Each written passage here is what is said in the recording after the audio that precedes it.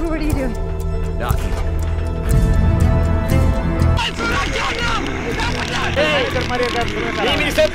Interstellar வருவான், இந்தியாவில் இருக்க ஏதாச்சும் பெஸ்ட் ஐமேக்ஸ் ஸ்கிரீனுக்கு டிராவல் பண்ணிலாம் போய் பார்க்கலாம்னு நினைச்சிட்டு இருந்தேன்டா. ஏய் புஷ்பா டேஷே, உன்னால இன்டர்ஸ்டெல்லர் ரீ ரிலீஸ் ஆகாம போய் இப்போ ஒரு 4K தியேட்டர்ல கூட பார்க்க விடாம பண்ணிட்டேடா.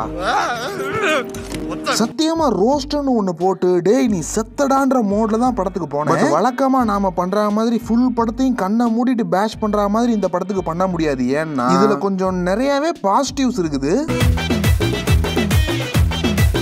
பட் அதுக்காண்டிலாம் இந்த படத்துக்கு சொம்படிச்சிட முடியாது. ஏன்னா எப்பயும் போல நாம ஜானர்ல கிழிச்சு ரோஸ்ட் பண்ற மாதிரியே அவனுங்களே நிறைய கண்டென்ட் கொடுத்துருக்கானுங்க. புஷ்பா 1 10 காசுக்கு மதிக்காத என்ன மாதிரி ஒரு ஆளால புஷ்பா 2 ஏன் முழுசா ரோஸ்ட் பண்ண முடியல? அதுவும் இத்தனை வன்மங்களுக்கு நடுவுலையும் இவன் எப்படி தப்பிக்கிறான்னு பாத்தீங்கன்னா ஃபர்ஸ்ட் ஹாஃப் செகண்ட் ஹாஃப் இல்லாம டோட்டலா பார்த்தா இந்த படத்தோட 40 to 50% நல்லா இருக்குது. மிச்சம் இருக்குது ரோஸ்டபிள் கண்டென்ட். அதை அடுத்து பார்ப்போம். பட் அந்த 40 to 50% வந்துட்டு ரொம்ப ஆர்கானிக்கான சினிமா. நீங்களாம் அப்படியே கண்டிப்பா தியேட்டர்ல பார்த்தே ஆகணும் அப்படின்ட்டுலாம் நான் சொல்ல மாட்டேன். தடுக்கி விழுந்த தியேட்டருக்கு போனீங்கன்னா இந்த படத்துல 40 to 50% கண்டிப்பா என்ஜாயபிளா தான் இருக்கு. தெலுங்கு ஆக்ஷன் படங்கள்னாலே இதெல்லாம் நம்புற மைராவா இருக்குன்ட்டு தோணாத ஆக்ஷன் படமே இருக்க முடியாதுதான். அவ்வளோ ஓவரா கிரிஞ்சு பண்ணி தான் வச்சிருப்பாங்க. புஷ்பா 2மே டோட்டல் கிரிஞ்சு தான். பட் என்ஜாயபிள் கிரிஞ்சா இருக்குப்பா. எதெல்லாம் இரிட்டேட்டிங் கிரிஞ்சுன்னு பார்த்தா சென்டிமெண்டலா கிரிஞ்சு பண்ணா இரிட்டேட் ஆகும். பிரீச்சியா ஆர் ஏதாச்சும் கருத்து சொல்றேன்னு பண்ணாலும் இரிட்டேட் ஆகும். ஒரு மொக்க விஷயத்தை ஏதோ பெரிய இன்டெலிஜென்ட்டாவே பண்ணாலும் எரிச்சல் ஆகும். அதே நேரத்துல சீரியஸா கிரிஞ்சு பண்ணாலும் எரிச்சல் ஆகும். இதெல்லாம் இல்லாம கிரிஞ்சாவே பண்ணா தியேட்டர்ல ஜாலியா சிரிச்சுட்டே பாக்குற மாதிரி ஒரு கண்டென்ட் கிடைக்கும். அதான் இந்த புஷ்பா 2. ஏண்டா இதெல்லாம் உங்களுக்கே ஓவரா தெரியலையாடான்ற மொமெண்ட்ஸையே யோசிச்சு புதுசா ஓவரா பண்ணி வச்சிருக்கானுங்க. அதுதான் குபீர் சிரிப்புகளுடன் சேர்த்து இன்ட்ரெஸ்டிங்லி என்டர்டெய்னிங்காவும் இருக்குது. இதுக்கு ஒரு சோறு பதமாக ஒரு சீனை சொல்லணும்னா போலீஸ் ஸ்டேஷன்ல ஒரு சீன் வருது.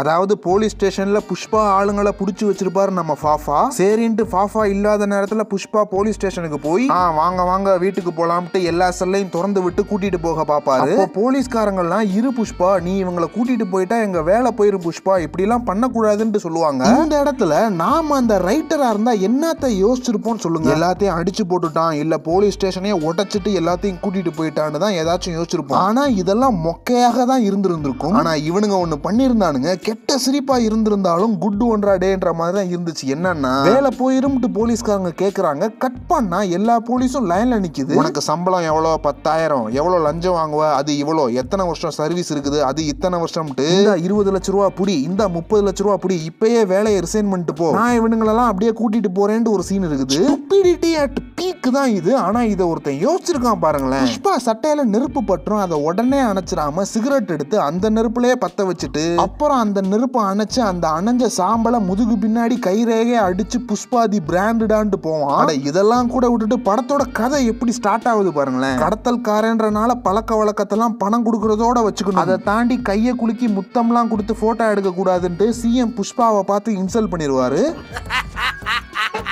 உடனே புஷ்பா கம்பேக் கொடுக்குறேன்ற பேர்ல தான் கூட போட்டோ எடுத்துக்காத சிஎம் மேல காண்டாவான். நீ என்னடா வேணா என் கூட போட்டோ எடுக்கிறது? நான் யாரு கூட போட்டோ எடுக்கிறோனோ அவனையே சிஎம் ஆக்கி அவன் கூட அடுத்து போட்டோ எடுத்து அந்த போட்டோவை வீட்டுல மாட்டுறேன் பாருடான்ட்டு தான் படமே ஸ்டார்ட் ஆகுது. Good joke. கோல்டிஸ் கிட்ட இருந்து நான் அப்படியே பெரிய நல்ல சினிமாவெல்லாம் எதிர்பார்க்க போறது இல்ல. நீ பண்ற கிரிஞ்சையாச்சும் எரிச்சல் ஆகாம ஒழுங்கா பண்ணுன்றதான் என்னோட மினிமம் லெவல் எக்ஸ்பெக்டேஷன். அதை செம்மையா சாட்டிஸ்ஃபை பண்ணிருச்சு இந்த படத்தோட 40 to 50%. லைக் போன பார்ட்ல எல்லாம் பிரில்லியண்டா யோசிக்கிறேன்ற பேர்ல லூசு கும்பிட்ட மாதிரி பண்ணிட்டு இருந்திருப்பாங்க. பட் இதுல ஃபாஃபா கேரக்டருக்கு தெரியாம நான் ஒரு கடத்தல் பண்றேன் பாருன்ட்டு ஒண்ணு பண்றான் புஷ்பா. அதெல்லாம் ரொம்ப ஸ்டூபிடா இல்லாம கொஞ்சம் ஏதோ பாக்குற மாதிரி ஒண்ணு பண்ணிருந்தானுங்க. அந்த புஷ்பாக்கும் அந்த சிக்கந்தர் போலீஸா அந்த கேரக்டருக்கும் நடுவுல வர எல்லா சீன்ஸுமே ஃபன் மேக்ஸா தான் இருந்துச்சு. இவனுங்க எந்த அளவுக்கு கான்ஃபிடென்ட்டா கிரிஞ்சு பண்ணிருக்காங்கன்னா நம்ம வலிமையிலலாம் சார் நீங்க வேற மாதிரி சார்ன்ட்டு சொன்ன உடனே நாங்க வேற மாதிரி பாட்டு வரதே எவ்வளவு எரிச்சலாகி ரோஸ்ட் பண்ணிட்டு இருந்தோம். ஆனா இவனுங்க கான்ஃபிடென்ட்டா எல்லா சாங்ஸுமே இப்போ ஃபாஃபா கேரக்டர் மண்டேல புஷ்பா புஷ்பான்ட்டு ஓடிட்டே இருக்குன்னு சொல்லும், உடனே புஷ்பா புஷ்பான்ட்டு பாட்டு வரும். உன்னை நினைச்சாலே ஃபீலிங்ஸா இருக்கு சாமின்ட்டு புஷ்பா ஒய்ஃப் சொல்லும், உடனே ஃபீலிங்ஸ் பாட்டு வரும். அந்த ஐட்டம் சாங் கிஸ்க்கு பாட்டுக்கெல்லாம் ஒரு சிச்சுவேஷன் கிரியேட் பண்றானுங்க. பரவாயில்ல பரவாயில்லப்பா நல்லாதான்ப்பா இருக்குன்ற அளவுக்கு உண்மையிலே அங்கங்க அந்த படத்துல ரைட்டிங் நல்லாதான்ப்பா இருந்துச்சு. ஆனா பாட்டு எல்லாம் கன்றாவியா இருக்குது. அது டிஎஸ்பியை நினைச்சு ஒரு சங்கட்டமான விஷயம் தான். கேவல கர்மாந்திரமா இருக்கும்னு நினைச்ச படம் இந்த அளவுக்கு இருக்கதே பெரிய விஷயம்ன்ற மாதிரி தான் இருக்குது. இன்னும் இன்டர்வல்லாம் அவ்வளோ லென்த்தியான வெறும் டிராமா மட்டுமே ஓரளவுக்கு நல்லாவே எங்கேஜிங்கா இருந்துச்சு. ஸோ நீங்க கண்டிப்பா ஃப்ரெண்ட்ஸோட போனீங்கன்னா ஜாலியா சிரிச்சுட்டே பாக்குற மாதிரி ஒரு என்டர்டெய்னிங்கான படமா தான் இதோட 40 to 50% இருக்குது. போதும் இது வரைக்கும் பாசிட்டிவ்ஸே ரோஸ்ட் மாதிரி சொல்லிட்டு இருக்கிறேன். இப்போ ஆக்சுவல் ரோஸ்ட்டுக்குள்ள வந்தோம்னா நான் மட்டும் புஷ்பாவா இருந்திருந்தா இப்படி கண்டெய்னருக்குள்ள 40 நாள் நாரி போயாச்சும் ஏதாச்சும் வெளிநாட்டுக்கு போய் இன்டர்ஸ்டெல்லார் பார்த்துருப்பேன் தெரியுமாட்டு தான் ஃபர்ஸ்ட் சீனே தோணுச்சு. எதுக்கு வச்சானுங்கன்னே தெரியாம இருக்க அந்த ஓபனிங் சீனை ஸ்கிப் பண்ணிட்டோம்னா நான் போன வீடியோல சும்மா சொன்னேன் என்னடா சின்ன சின்ன சண்டையெல்லாம் போட்டுட்டு ஸ்ட்ரெயிட்டா சென்ட்ரல் கவர்மெண்ட் கிட்டயே சண்டைக்கு போய் பிரதமர் ஆகிற மாதிரி கூட சீன்ஸ் எடுங்கடான்ட்டு ஒரு விரக்தியில சொன்னேன் சும்மா. ஆனா அநேகமா தேர்ட் பார்ட்ல பிரதமராவே கூட ஆகிருவான் போலன்ற மாதிரி கிளைமேக்ஸ் முன்னாடியே ஆந்திராவை பூரா டேக் ஓவர் பண்ணிடுவான். அப்புறமா கிளைமேக்ஸ்ல சென்ட்ரல் கவர்மெண்ட்ல ஜெகபதி பாபு உட்கார்ந்துருக்காரு அவரோட சண்டை போட்டுக்கிட்டான்ற மாதிரி முடிக்கிறானுங்க. ஒரு அளவுக்கு மாதிரி ரொம்ப அநியாயத்துக்கு ஓவரா இறங்கி இந்த லோக்கியோட நோய் பரவி 2000 கோடி 3000 கோடி 2000 டன்னு தரேன் 5000 கோடி ரூபா கொடு அதுல 100 கோடி கழிச்சுக்க நீ வந்து ஹெலிகாப்டரை வாங்கிக்கிறேன்ட்டு இந்த புஷ்பாவோட யூனிவர்ஸ்ல புஷ்பாக்கு எதுக்குமே லிமிட் கிடையாதுன்ற மாதிரி இருக்குது. லிட்டரலி நிறைய பேருக்கு ஒன் டே டிசையராக நினைச்சு ஆசைப்படுற ஒரு லைஃப் ஸ்டைல் தான் புஷ்பாவுடையது. ஸ்ரீவல்லி மாதிரி ஒரு பொண்டாட்டி கூட ஒரு ரூம்ல மேட்ரு பண்றது போர் அடிச்சு போய் மேட்ரு பண்றக்காண்டியே பல ரூம்கள் வச்சு அவ்வளவு பெரிய வீடு கட்டி ஏலியனுக்கே லஞ்சம் கொடுக்குற அளவுக்கு அவ்வளோ பணம் சம்பாரிச்சு வச்சிருக்கான். எப்படிடா அவ்வளோ பணம் கேட்டா போட்டு மலையில வெட்டி வெட்டி அனுப்பிச்சுட்டு இருக்கான். போங்க போங்க உனக்கு மரத்தை பெத்து போட தானே நான் இவ்வளவு பெருசா வளர்ந்துருக்கேன்ற மாதிரி. நல்ல வேளை ஸ்ரீவல்லி பிரெக்னன்ட் ஆனா இல்லைனா நீ வரலைனா இவளை குத்தி கொதறி இருப்போம். ஏதோ வந்துட்டல வேலைய பார்த்துட்டு போ. அந்த குழந்தை பிறக்க போகுதுன்றதுக்கு ஒரு சென்டிமெண்ட் புளியறானுங்க. அதுக்கு அடுத்து வரேன். பட் அந்த கோயில் சீக்வன்ஸே அநியாயத்துக்கு பெருசா இருக்கும். ஒரே சீன்ல 2 பாட்டு ஒரு ஃபைட் சென்டிமெண்ட்ஸ் நல்லா இருக்க மாதிரி இருக்குது. ஆனா அது அப்படியே வெட்டி தூக்கி எரிஞ்சிருக்கலாம்ன்ற மாதிரியும் தோணுது. ஏன் அந்த சீன்னா படத்துக்கு நடுவுல மெயின் வில்லன் செத்துருவாப்ல. அதெல்லாம் நல்ல வேளை ஏற்கனவே என் தலைமை ஃபாஃபாவை கூப்பிட்டு டோட்டலா கேவலப்படுத்தி வச்சிருந்தானுங்க. ஆனா அட்லீஸ்ட் சாகுறப்பயாச்சும் ரொம்ப கேவலப்படுத்தாம ஒரு டீசென்டான சாவை கொடுத்து மெயின் வில்லனை முடிச்சு விட்டுட்டா அப்புறமும் படம் ஒரு அரை மணி நேரம் ஓடுது. எப்படின்னா ஒரு திடீர் வில்லன் வந்து எரிச்சலாக்கிட்டு இருப்பான். அது ஒண்ணும் இல்ல போன வீடியோல சொன்னேன்ல கோல்டீஸ் ஒருமைப்பாடுன்றது காஜில மட்டும் தான்டா இருக்குதுன்ற மாதிரி மறுபடியும் ஒரு காஜியான் கிட்ட இருந்து ஒரு பொண்ணை காப்பாத்துற மாதிரி ஒரு சீன் வருது. போன படத்துல ஜாலி ரெட்டி சுப்படி வாங்கி படுத்துட்டான்றனால அதே கேரக்டரைசேஷன்ல இன்னொரு கிறுக்கனை கூட்டாந்து